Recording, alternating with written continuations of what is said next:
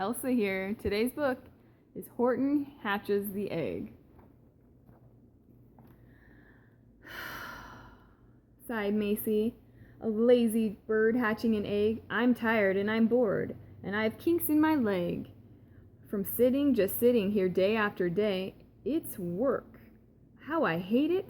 I'd much rather play. I'd take a vacation, fly off for a rest, if I could find someone to stay on my nest. If I could find someone, I'd fly away free.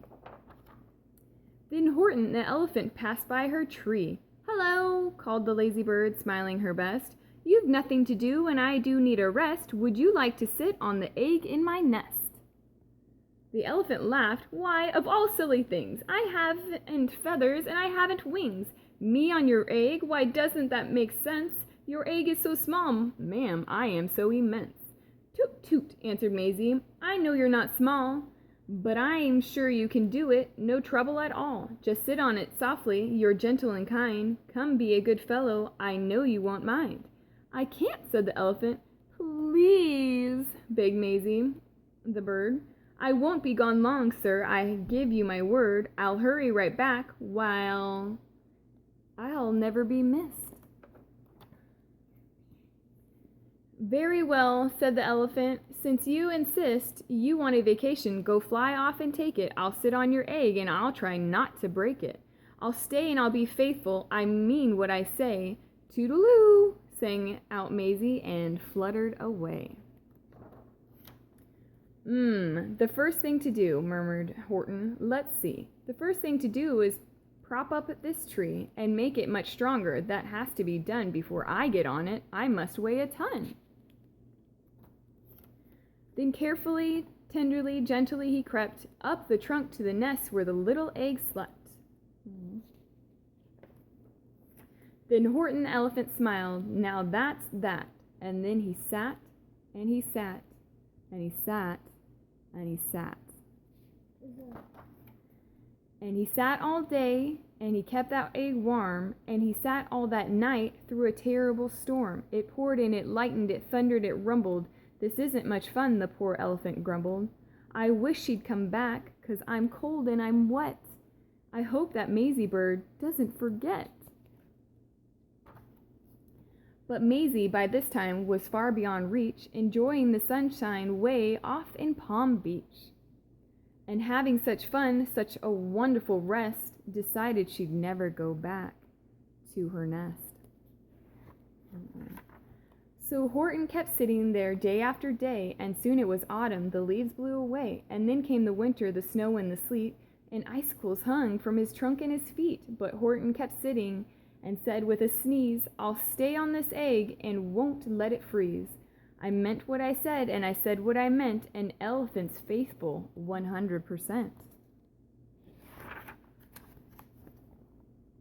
So poor Horton sat there the whole winter through, and then came the springtime with troubles anew. His friends gathered round, and they shouted with glee, Look, Horton the elephant's up in a tree. They taunted, they teased him, they yelled, How absurd! Old Horton the elephant thinks he's a bird. They laughed and they laughed, then they all ran away, and Horton was lonely, he wanted to play. But he sat on the egg and he continued to say, I meant what I said, and I said what I meant. A elephant's faithful 100%. No matter what happened, this egg must be tended. But poor Horton's troubles were far, far from ended. For while Horton sat there, so faithful, so kind, 3 hunters came sneaking up softly behind. He heard the men's footsteps. He turned with a start. 3 rifles were aiming right straight at his heart. Did he run? He did not. Horton stayed on that nest. He held his head high, and he threw out his chest. He looked at the hunters as much as to say, Shoot if you must, but I won't run away. I meant what I said, and I said what I meant. An elephant's faithful 100%. But the men didn't shoot, much to Horton's surprise. They dropped their 3 guns, and they stared with their wide eyes. Look, they all shouted. Can such a thing be? An elephant sitting on top of a tree? It's strange, it's amazing, it's wonderful and new. Don't shoot him, we'll catch him, that's just what we'll do. Let's take him alive while he's terribly funny. We'll sell him back home to a circus for money. I know. And the first thing he knew, they had built a big wagon with ropes on the front for the pullers to drag on. They dug up his tree and they put it inside, with Horton so sad that he practically cried. "We're off," the men shouted, and off they all went, with Horton unhappy 100%.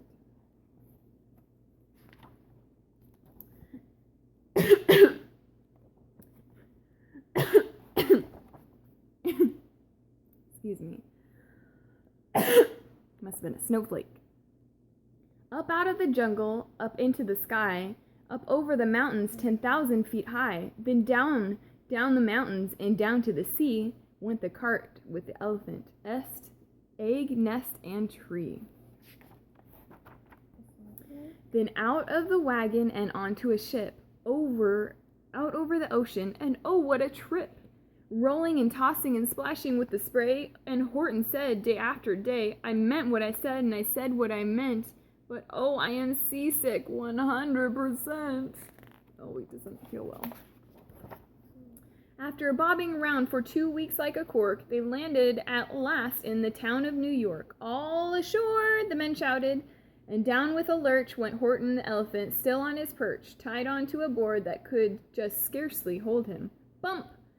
Horton landed, and then the men sold him. Sold to a circus. Then week after week, they showed him to people at 10 cents per peek. They took him to Boston, to Kalamazoo, Chicago, Oaxaca, and Washington too, to Dayton, Ohio, St. Paul, Minnesota, to Wichita, Kansas, to Drake, North Dakota, and everywhere thousands of folks flocked to see and laugh at the elephant up in a tree. Poor Horton grew sadder the farther he went. But he said, as he sat in that hot, noisy tent, "I meant what I said, and I said what I meant. I said what I meant. An elephant's faithful 100%. Then one day the circus show happened to reach a town way down south, not too far from Palm Beach, and dwaddling along way up high in the sky, who, of all people, should chance to fly by? But that old good-for-nothing bird, Runaway Maisie, still on vacation and still just as lazy, and spying the flags in the tents just below, she sang out, "What fun! Why, I'll go to the show." And she swooped from the clouds through an open tent door. "Good gracious," gasped Maisie, "I've seen you before." Poor Horton looked up with his face white as chalk. He started to speak, but before he could talk, there rang out the noisiest ear-splitting squeaks from the egg that he had sat on for 51 weeks. A thumping, a bumping, a wild alive scratching. "My egg!" shouted Horton. "My egg! Why, it's hatching!" Very exciting. "But it's mine!" screamed the bird when she heard the egg crack. The work was all done, now she wanted it back. "It's my egg," she sputtered. "You stole it from me. Get off of my nest and out of my tree." Poor Horton backed down with a sad, heavy heart. Poor guy. But at the very instant the egg burst apart, and out of the pieces of red-white shell from the egg that he'd sat on so long and so well, Horton the elephant saw something whiz. It had ears, it had a tail, and a trunk like his.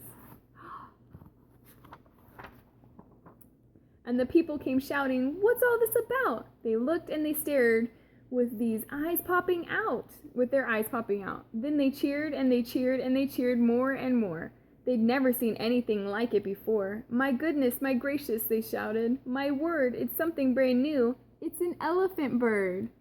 And it should be like that, because Horton was faithful. He sat and he sat.